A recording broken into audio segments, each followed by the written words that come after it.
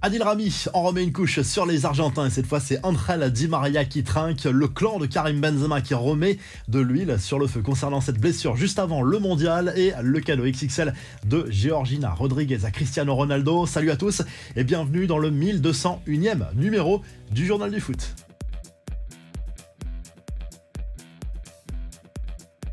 Pas un jour sans une nouvelle provocation. Décidément, le prochain France-Argentine risque d'être explosif. Adil Rami a répondu à Ángel Di María qui avait invité l'ancien Marseillais à aller pleurer ailleurs suite à ses insultes contre le gardien de l'Albiceleste Emiliano Martinez. Leandro Paredes, l'ancien Parisien, s'y était mis aussi. Rami ne s'est pas calmé, au contraire, il a publié un nouveau cliché montrant Ángel Di María dans plusieurs situations, mais à chaque fois en train de pleurer quand il gagne, quand il perd ou quand il quitte un club. Tu m'apprends, Ángel, a écrit avec humour l'ancien Marseillais. Décidément, cette guéguerre n'est pas prête d'être terminée. Connaîtra-t-on un jour la vérité au sujet du forfait de Karim Benzema avec les Bleus juste avant la Coupe du Monde au Qatar? Le clan de l'attaquant du Real Madrid réaffirme, avis de spécialistes à l'appui, que l'ancien Lyonnais aurait pu être rétabli pour disputer les huitièmes de finale. Karim Djaziri, ancien agent du joueur et toujours très proche du buteur merengue, assure que son ancien poulain aurait pu rester au sein de l'effectif français durant la compétition.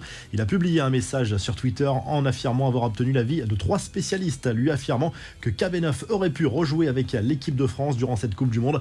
Karim Benzema a également posté un message de nouveau énigmatique sur Instagram quelques instants plus tard, sans savoir s'il évoque cette affirmation, parce qu'une fois que vous l'avez regardé, vous savez, a écrit le joueur merengue.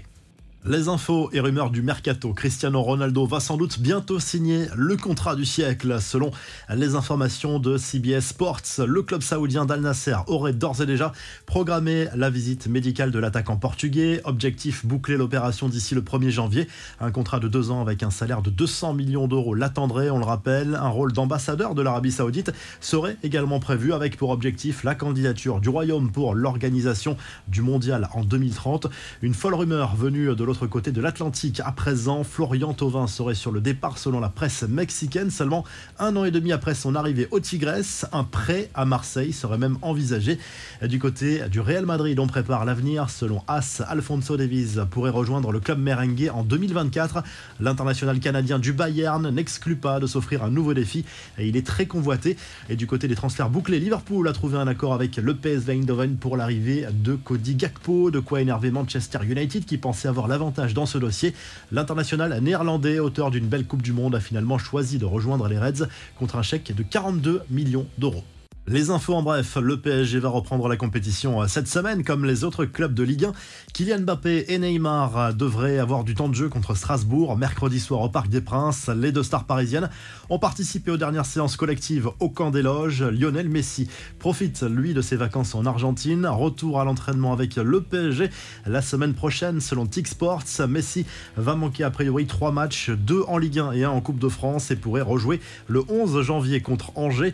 Emiliano Martinez, lui, a désormais la Coupe du Monde dans la peau. Le gardien de l'Albiceleste aborde désormais le célèbre trophée sur le mollet avec lequel il a repoussé cette fameuse frappe de Randal Kolo Muani à la dernière seconde lors de la finale France-Argentine.